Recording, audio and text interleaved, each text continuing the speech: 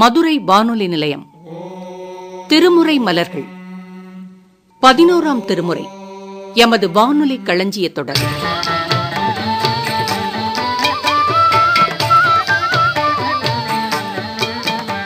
விளக்கமளிப்பவர் பரமக்குடி மே. சீனிவாசன் அவர்கள். பாடல்களை பாடுபவர் தருமபுரம் சுவாமிநாதன் அவர்கள். தொகுப்பு பூர்ணகுமார்.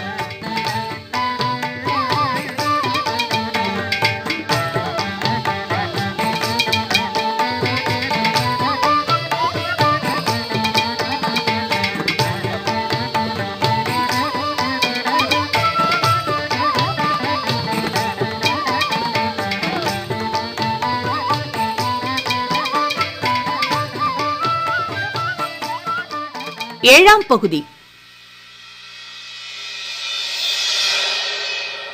இப்பகுதியில் இடம்பெறுவது ஐயடிகள் காடவர்கோன் நாயனாரின் க்ஷேத்திர திருவெண்பா. 11ஆம் திருமுறையில் இடம்பெற்றுள்ள க்ஷேத்திர திருவெண்பா ஐயடிகள் காடவர்கோன் நாயனாரால் அருளப்பெற்றது.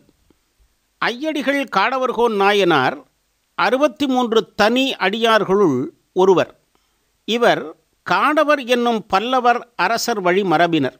சிவபெருமான் கோவில் கொண்டுள்ள ஆலயங்களெல்லாம் சென்று வணங்கி ஏற்ற திருப்பணிகள் பல செய்து அப்பதிகள் தோறும் ஒவ்வொரு வெண்பாவால் பாடி துதித்து மகிழ்ந்தவர் இவர். எனவே இப்பாடல்கள் ஊர் வெண்பா என்னும் இனத்தை சார்ந்தவையாகும். இனி திரு இடைவாய் என்னும் தலத்திற்குரிய பாடல்.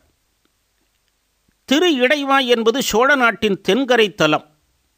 கொரடாச்சேரியிலிருந்து கூத்தாநல்லூர் செல்லும் பாதையில் வெண்ணாற்று பாலம் அருகில் 2 கிலோமீட்டர் தொலைவில் இந்த தலம் அமைந்துள்ளது. கிபி 1917 இந்த தலம் கண்டுபிடிக்கப்பட்டது. மேடு ஒன்றை வெட்டும்போதுதான் இந்த ஆலயம் வெளிப்பட்டதாக சொல்லுகிறார்கள். திருஞான சம்பந்தர் இந்த தலத்தை பதிகத்தால் பாடி அணி செய்தார். ஆதிசேஷனும் அத்திரி முனிவரும் அகத்தியரும் ரிஷபதேவரும் இந்த தலத்தில் பூஜித்து அருள் பெற்றார்கள். திருநாவுக்கரசர் தமது அடைவு திருத்தாண்டகத்தில் விடைவாய்க்குடி என்று இந்த தலத்தை சிறப்பித்தார். இதனை அடிகள் தென்னிடைவாய் என்று சொல்லுவார்கள். சூரியகுல அரசன் விடையவன் என்பவன் கட்டிய திருக்கோவில் இந்த திருக்கோவில். அருள்மிகு அபிராமி அம்மை உடனாய அருள்மிகு இடைவாய் நாதன் வீற்றிருக்கும் இத்தலத்தை நமது காடவர்கோன் சிறப்பித்து பாடுகிறார். இறந்து வாய் திறந்து போவதற்கு முன்பு மடமை நிறைந்த நெஞ்சமே வேண்டுதலை செய்து விரைவாக விரிந்த வாயினை உடைய அழகிய திரு இடைவாய் என்னும் பதியில் கோவில் கொண்டுள்ள சிவபெருமானுடைய திருநாமத்தை உன் மனதில் பதிய வைத்து எண்ணுவாயாக என்கிறார். உயிர் பிரிந்த உடலின் வாய் திறந்திருக்கும். இதனை வாய் அங்காத்தல் என்கிறார். மண்பாண்டம் போன்று அகன்ற வாயினை உடைய காவிரித்துறை என்பதால் பாண்டவாய் என்கிறார். என்று நம்முடைய வாழ்நாள் முடியும் என்பது நமக்கு தெரியாது. எனவே இப்போதே சிவபெருமானை மனத்துள் நினைந்து வணங்கி நலம் பெறுக என்று அடிகள் நமக்கு கூறும் பாடல் இதோ. மாண்டு வாய் அங்காவா முன்னம் வாய் அங்காவா முன்னம் மடநெஞ்சே மடநெஞ்சே மடநெஞ்சே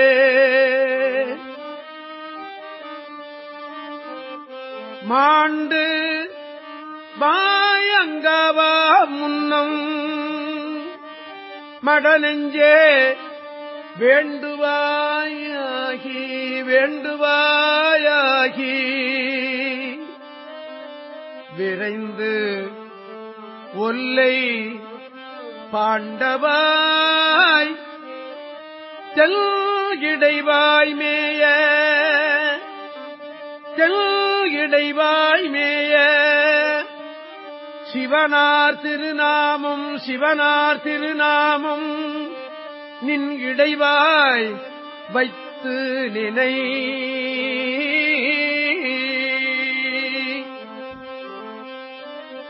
மாண்டுவாய் அங்காவா முன்னம் மடலெஞ்சே வேண்டுமாயாகி விரைந்து ஒல்லை பாண்டவாய் தென் இடைவாய் மேய சிவனார் திருநாமம் நின் இடைவாய் வைத்து நினை.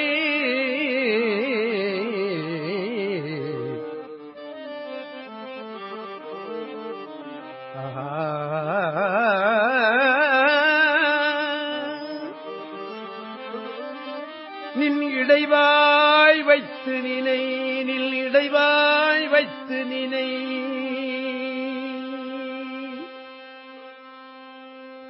மாண்டுவாய் அங்காவா முன்னம், மாண்டுவாய் அங்காவா முன்னம் மடநெஞ்சே, மாண்டுவாய் அங்காவா முன்னம் மடநெஞ்சே வேண்டுவாயாகி விரைந்து ஒல்லை, வேண்டுவாயாகி விரைந்து ஒல்லை பாண்டவாய் செல்லிடைவாய் மேய, பாண்டவாய் செல்லிடைவாய் மேய சிவனார் திருநாமம் நின் இடைவாய் வைத்து நீனை. சிவனார் திருநாமம் நில்லிடைவாய் வைத்து நீனை. சிவனார் திருநாமம் நின்னிடைவாய் வைத்து நீனை, நின்னிடைவாய் வைத்து நீனை, நின்னிடைவாய் வைத்து நீனை. இனி திருநெடுங்களம் பற்றிய பாடல். சோழ நாட்டு தென்கரை தலம் இது. மக்கள் வழக்கில் இது திருநட்டாங்குளம் என்றும் நெடுங்குளம் என்றும் வழங்கப்படுகிறது. திருச்சி தஞ்சை சாலையில் தூவாக்குடி என்னும் இடத்தில் பிரியும் சாலையிலிருந்து 4 கிலோமீட்டர் தொலைவில் உள்ள தலம் இது. நெடுங்களம் என்பதற்கு ஒட்டகம் என்பது பொருள். ஒட்டகம் இங்கு சிவபூஜை செய்தமையினால் திருநெடுங்களம் என பெயர் பெற்றது.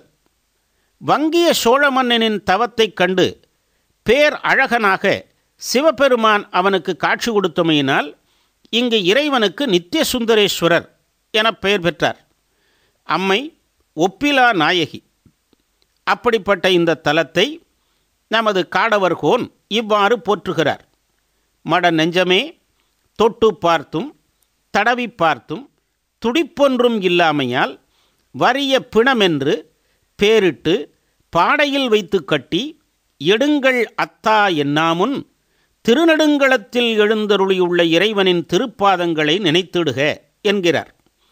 கண் செவி கெட்டு பேச்சும் மூச்சும் மின்றி உணர்விழந்து கிடக்கும் நிலையில் உயிர் இறக்கிறதா என்று உலகவர் கையாளும் முறையை தொட்டு தடவி துடிப்பொன்றும் காணாது என்கிறார்.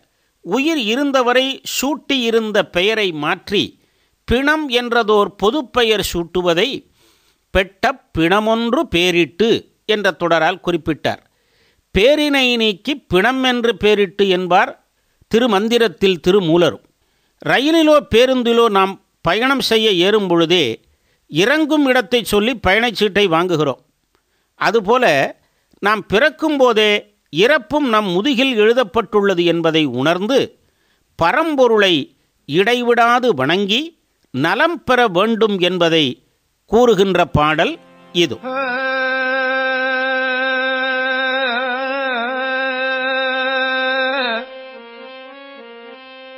தொட்டு தடவி துடிப்பு ஒன்றும் காணாது, துடிப்பு ஒன்றும் காணாது. தொட்டு தடவி துடிப்பு ஒன்றும் காணாது பெட்ட பிணமென்று பேரிட்டு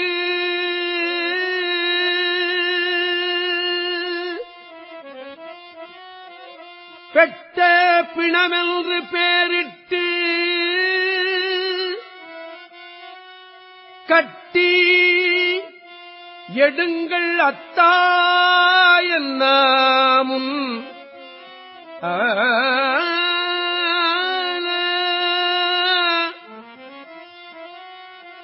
கட்டி எடுங்கள் அத்தா என்னாமும் ஏழை மடநெஞ்சே ஏழை மடநெஞ்சே நெடுங்களத்தான் பாதமே நினை. இனி திருக்கடம்பந்துறை என்கின்ற குளித்தலை தலத்தை பற்றிய பாடம். தூம்ரலோச்சனன் என்னும் அரக்கனை அழிக்க துர்க்கை சப்த கன்னிகை வடிவம் கொண்டாள். அவன் காத்யாயன மகரிஷி ஆசிரமத்தில் மறைந்து கொள்ள உள்ளே நுழைந்த சப்த கன்னிகையரும் துருமுரலோச்சனன் என எண்ணி காத்யாயன மகரிஷியை கொன்றுவிட்டார்கள். எனவே அவர்களை பிரம்மஹத்தி தோஷம் பிடித்தது. அவர்கள் தவம் செய்திட சிவபெருமான் அவர்களது தோஷத்தை நிவர்த்தி செய்த தலம்தான் குளித்தலை எனப்படுகிற தலம். கல்வெட்டில் குளிர் தன்தலை என்று இந்த தலம் குறிக்கப்படுகிறது. காவிரி தென்கரையில் உள்ள இரண்டாவது தலம் இந்த தலம். அருள்மிகு பாலகுஜாம்பாள் உடனாய கடம்பவனநாதராக அருளை செய்கிறான் பரமன். கருவறையில் லிங்கத்திற்கு பின்னால் சாப விமோசனம் பெற்ற சப்த கன்னியர்களை இன்றும் நாம் பார்க்க முடியும். எனவே இங்கு துர்க்கைக்கு தனிச்சன்னதி இல்லை. சிவன் சன்னதியிலேயே எலுமிச்சம்பழ விளக்கேற்றுவது இங்கு மட்டும்தான் நடைபெறுகிற ஒரு வழக்கமாகும். இதற்கு தக்ஷிண காசி என்ற பெயரும் உண்டு. இத்தலத்தை காடவர்கோன் இவ்வாறு போற்றுகிறார். அழுகி போவதும் மாறுபட்டு போவதுமான உடலை விட்டு உயிர் வெளியேறும் பொழுது அறிய முடியாமல் கழுகு உடலை சிதைத்து உண்டு அலையாமுன் திருக்கடம்பந்துறை கோவிலில் எழுந்தருளியுள்ள இறைவனை போற்றுக என்கிறார் காடவர்கோன். கணந்தோறும் வளர்தலும் பின் தளர்தலும் உடலின் இயல்பு. எனவே அழகு திரி குரம்பை என்றார் காடவர்கோன். மாணிக்கவாசகரும் வேற்று விகார விடக்குடம்பின் உட்கிடப்ப என்றார் அல்லவா.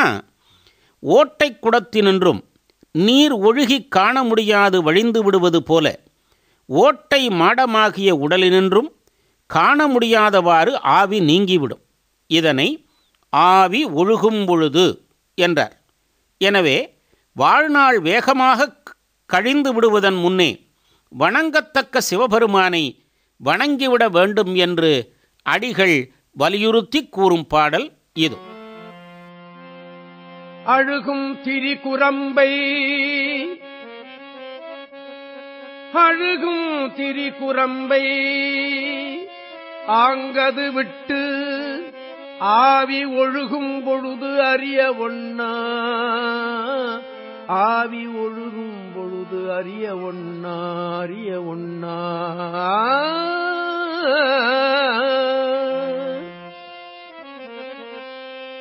கழுகு கழித்துண்டு அலையாமுல்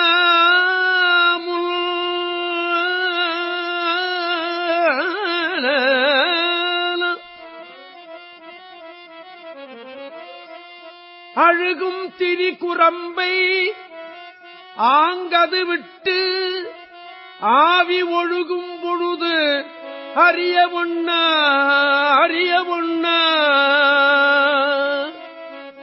கழுகு கழித்துண்டு அலையாமுன் கழுகு கழித்துண்டு அலையாமுன் காவிரியின் தென்பால் குழித்தண்டலையானை கூறு. காவிரியின் தென்பால் குழித்தண்டலையானை குழித்தண்டலையானை கூறு.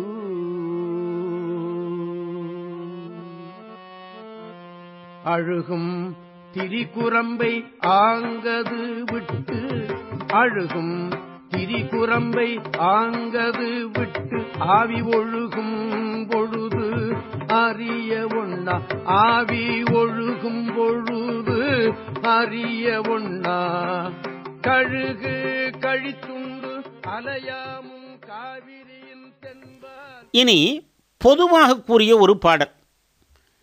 பதவி நிலையில்லாதது என உணர்ந்து கடவுளை வணங்கி நலம் பெற வேண்டும் என்கிறார் இந்த பாடலில் காடவர்கோன்.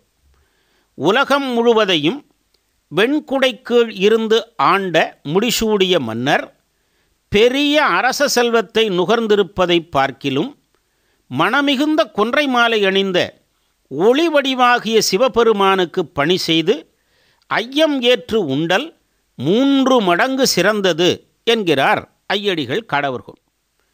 மெய்யறிவு பெற்ற காடவர்கோனுக்கு அரச பதவியில் நாட்டமின்றி துறவி போல் வாழ்ந்து தலங்கள் தோறும் சென்று சிவத்தொண்டு செய்தவர். தமது அனுபவத்தை இந்த பாடலில் அவர் கூறுகிறார். இது பற்றியே நம்பியாண்டார் நம்பிகளும் இவருடைய வரலாற்றை கூறும்போது, முடியரசர் மத்திற்கு மும்மை நன்று ஆனார்க்கு ஐயமேற்ற என்னும் பக்திக்கடல் ஐயடிகள் என திருத்தொண்டர் திருவந்தாதியிலே பாடியருளினர்.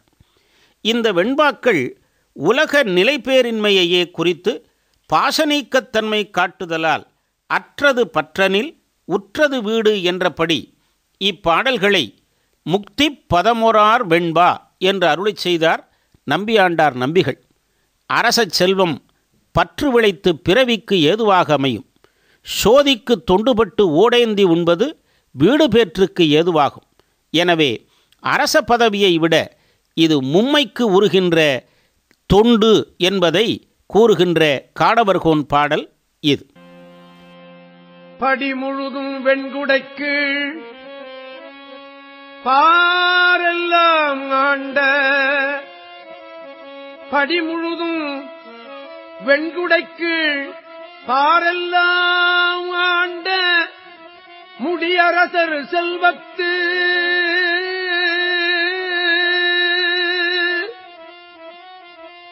மும்மை கடியிலங்கும் தோடேந்து கொன்றை அந்தார் சோதிக்கு தொண்டுபட்டு ஓடேந்தி உண்பது உறும். தோடேந்து கொன்றை அந்தார் சோதிக்கு தொண்டுபட்டு ஓடேந்தி உண்பது உறும்.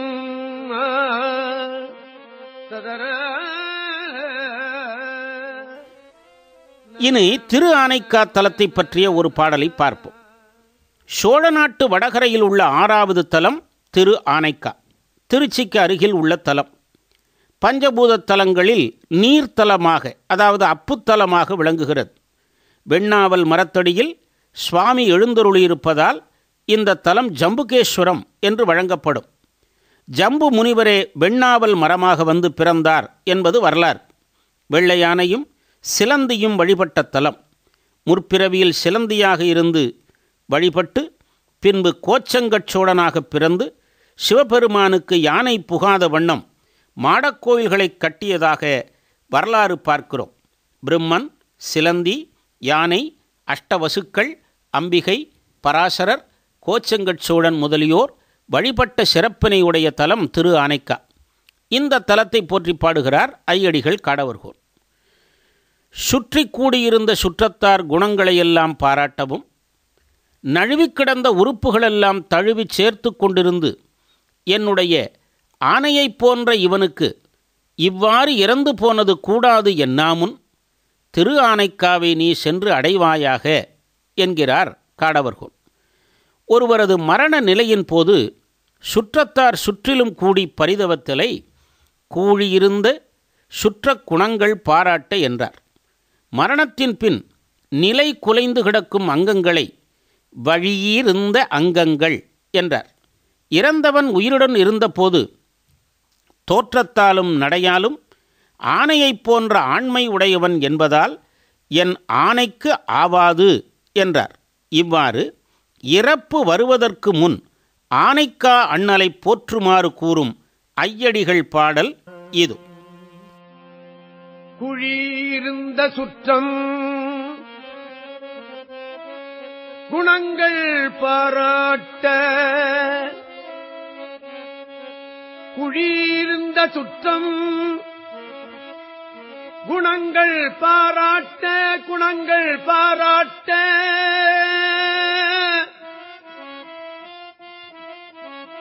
வழியிருந்த அங்கங்கள் எல்லாம் தழியிருந்தும் என்னானைக்காவா இது தகாது என்னாமும். தழியிருந்தும் என்னானைக்காவ இது தகாது என்னாமுள் தென்னானைக்கா தென்னானைக்கா அடை நீ சென்று தென்னானைக்கா அடை நீ சென்று தென்னானைக்கா அடை நீ சென்று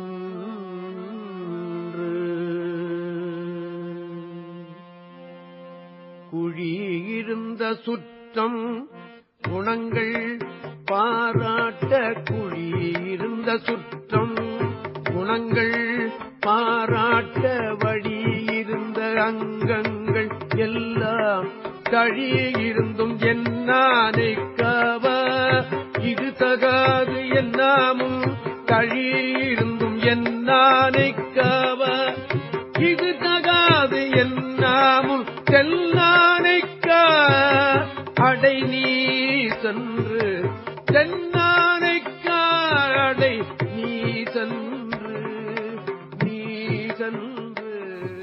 இனி திருமயிலையைப் பற்றிய பாடல். திருமயிலை தொடை நாட்டுத் தலம். தர்மமிகு சென்னை மாநகரின் நடுவே அமைந்துள்ள மயிலாப்பூரில் கம்பீரமாக காட்சி தரும் திருக்கோவில் இது. திருமயிலை கபாலீஸ்வரம் என இந்த தலம் அழைக்கப்படுகிறது. இங்குதான் அம்பாள் மயில் வடிவிலிருந்து இறைவனை வழிபட்டாள். ஆகவேதான் இது மயிலாப்பூர் என பெயர் பெற்றது. வாயிலார் நாயனார் இங்குதான் அவதரித்தார். ஞானசம்பந்த பெருமான் எலும்பை பெண்ணாக்கி அற்புதம் செய்த தலம் இது. உமையம்மையாம் அருள்மிகு கற்பகாம்பிகைக்கு இறைவன் கபாலியாக காட்சி தந்தமையினால் இங்கு இறைவன் கபாலீஸ்வரன் என திருப்பெயர் பெற்றான்.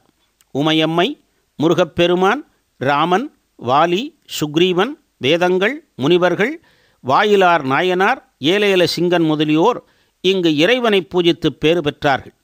இத்தகைய அருள் தலத்தை காடவர்கோன் இவ்வாறு போற்றுகிறார். குயில் நிறம் போல் கருமையாக இருந்த தலைமுடி கொக்கை போல் வெண்மையாக நரைத்து இருமல் மிகுதிப்படத் தொடங்குவதற்கு முன் திருமயிலை சிவப்பதியை சிந்திக்காமல் போனால் பின்னை வாய் திறந்து இளைத்திரு என்கிறார். தலைமுடி கருமையாய் உள்ள இளமை பருவம், அது வெண்மையாய் மாறியது மூப்பு பருவம்.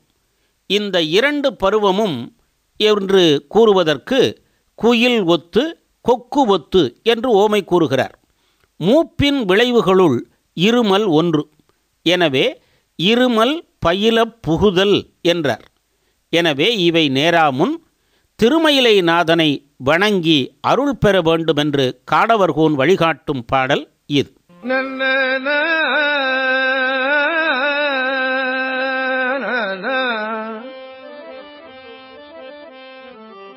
குயில் ஒத்து இருள் குஞ்சி கொக்கு ஒத்து இருள் குஞ்சி கொக்கு ஒத்து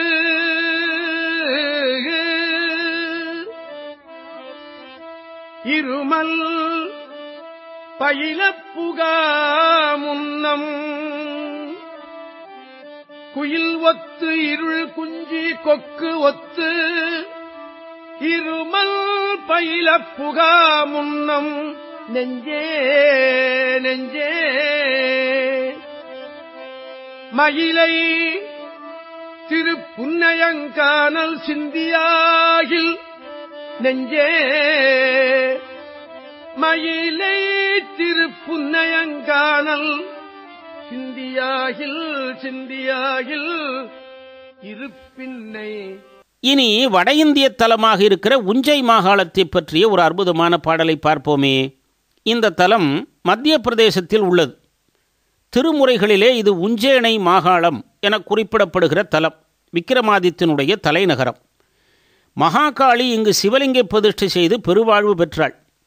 மகாகாளிக்கு பேரருள் புரிந்த சிவபெருமான் மகாகாளேஸ்வரன் என பெயர் கொண்டுள்ளார். சப்த ரிஷிகளும் அனுமன், கண்ணன், நவக்கிரகங்கள், அருந்ததி, நரசிம்மர், சித்தர்கள், ஐயடிகள், காடவர்கோன், திருநாவுக்கரசர் முதலியோர் இந்த மகாகாளேஸ்வரரை வணங்கி அருள் பெற்றார்கள். தேவார வைப்புத்தலங்களிலே இதுவும் ஒன்று. ஜோதிர்த்தலங்களிலே இதுவும் ஒரு தலமாகும். 13ஆம் நூற்றாண்டில் பகைவர் படையெடுப்புகளால் சிதைக்கப்பட்ட இத்திருக்கோவில் 18ஆம் நூற்றாண்டில் ரானோரி சிந்தியா என்னும் மன்னனால் புதியதாக அமைக்கப் பெற்றது. இந்த தலத்தை வியந்து போற்றுகிறார் காடவர்கோன். காளை போன்ற இளைஞர்கள் இருமல் முதலிய நோயுடையவர்களாகி கருமயிரும் வெண்ணிற பூளைப்போ போல் நிறைத்து தோற்றம் கெட்டு விலை மகளிரும் வெறுப்பதற்கு முன்னே வடநாட்டில் உள்ள உஞ்சேனை மகாகாளம் என்னும் இந்த தலத்தை கைதொழுது வாழ்ந்திடுக என தன நெஞ்சிற்கு கட்டளையிடுகிறார் காடவர்கோன். காளை பருவம் கழிந்து மூப்படைந்து நோய்க்கும் ஆளாகிவிட்டால் ஊழியர்கள் கூட அவரை பார்த்து அருவரப்படைவார்கள் என்பதை சூளையர்கள் ஓகாளம் செய்யாமுன் என்று குறிப்பிட்டு உஞ்சை மாகாளேஸ்வரரை வழிபடுக என அடிகள் நெஞ்சுக்கு கட்டளையிடும் பாடல் இது. காளையர்கள் இளையர்களாகி காளையர்கள் இளையர்களாகி கருமயிரும் பூளையெனப் பொங்கி பொலிவு அழிந்து சூளையர்கள் ஓகாளம் செய்யாமுன் நெஞ்சமே சூளையர்கள் ஓகாளம் செய்யாமுன் நெஞ்சமே உஞ்சேனை மாகாளம் கை தொழுது வாழ்த்து. இவ்வாறு வாழ்நாளிலேயே இறைவனாம் சிவபெருமானை உள்ளத்திருத்தி வழிபட வேண்டும் என்பதை 24 வெண்பாக்களால் அறிவுரை கூறும் க்ஷேத்திர திருவெண்பாவை ஓதி நாமும் அருள் பெற்று உய்வோமாக. திருச்சிற்றம்பலம். திருமுறை மலர்கள் 11ஆம் திருமுறையின் 7ஆம் பகுதி கேட்டோம்.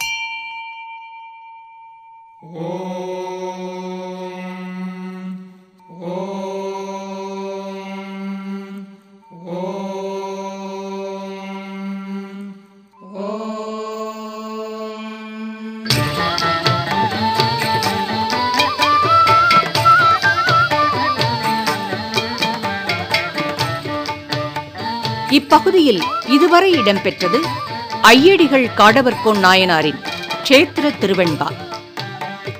விளக்கமளித்தவர் பரமக்குடி மீ. சீனிவாசன் அவர்கள். பாடல்களை பாடியவர் தருமபுரம் சுவாமிநாதன் அவர்கள்.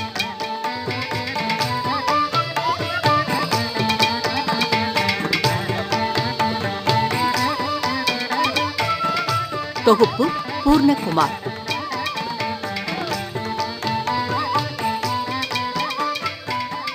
இந்நிகழ்ச்சி மதுரை வானொலியின் களஞ்சியத் தொடர்.